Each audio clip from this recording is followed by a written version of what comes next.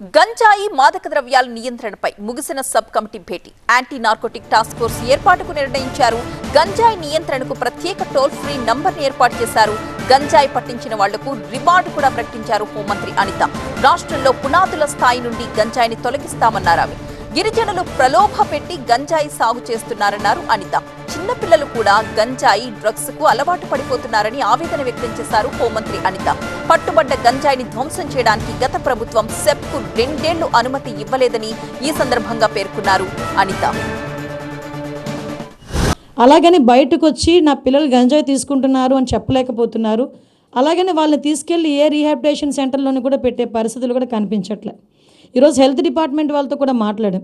ఈ deaddiction centres కానీ ఇప్పుడు ఫర్ ఎగ్జాంపుల్ వైజాగ్లోనే చూసుకుంటే ఒక కేజీహెచ్లో డీఅడిక్షన్ సెంటర్ ఉంది. అక్కడ కనుక వాళ్ళు ఓపీలో వచ్చిన తర్వాత అక్కడ నుంచి వాళ్ళు తిరిగి మనకి మెంటల్ హాస్పిటల్ ఏదైతే ఉందో అక్కడికి పంపించుకుంటారు. వారికోస్ వెయిన్స్ వ్యాధికి కేవలం 30 నిమిషాల్లో చికిత్స. కాల్ చేయండి 9989527715.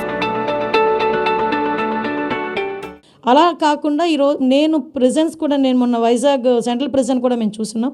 అక్కడున్న హాస్పిటల్స్ లోపల కూడా ఈ రీహాబిలిటేషన్ సెంటర్స్ని ఏర్పాటు చేయడానికి కూడా ఒక ప్రపోజల్ అయితే ఈరోజు సబ్ కమిటీలో ఒక చర్చ అయితే జరిగింది. దాన్ని ఎలా ఇంప్లిమెంట్ చేయాలి ఏంటన్నది దాని మీద కూడా దృష్టి పెట్టుకునే పరిస్థితి. ఎడ్యుకేషన్ డిపార్ట్మెంట్ పరంగా మనం చూసుకుంటే గ్రౌండ్ లెవెల్ నుంచే ఇందాక ట్రైబల్ వెల్ఫేర్కి సంబంధించి ఆ రోజు డిస్కషన్ వచ్చినప్పుడు కూడా ఎస్పెషల్లీ 10th క్లాస్ వరకు మన రెసిడెన్షియల్ స్కూలింగ్ ఇస్తున్నాం. బట్ ట్రైబల్ దగ్గరికి వచ్చేసరికి +2కి వరకు కూడా నిర్బంధంగా మనకు ఆ విద్యను కూడా మనం అందించగలిగితే, అంటే 10th క్లాస్ పాస్ అయిన తర్వాత ఇంటర్మీడియట్కి కాలేజెస్ లేక కొంతమంది వీటిని డైవర్ట్ అవ్వడం, తర్వాత కొంచెం స్కిల్ డెవలప్మెంట్ సెంటర్స్ అనేది ఏర్పాటు చేయడం, ఇలాంటి వాటి అన్నిటి మీద అంటే ఒకటేంటంటే ఎక్కడ జరుగుతుంది రూట్ని కొంచెం మనం కనుగోవాలి, అక్కడి నుంచే మన చర్యలు అన్నవి స్టార్ట్ చేయాలి అనే ఒకే ఒక కాన్సెప్ట్ మీద ఇంత ఇన్డెప్త్గా దీని మీద చర్చ జరగడం జరిగింది.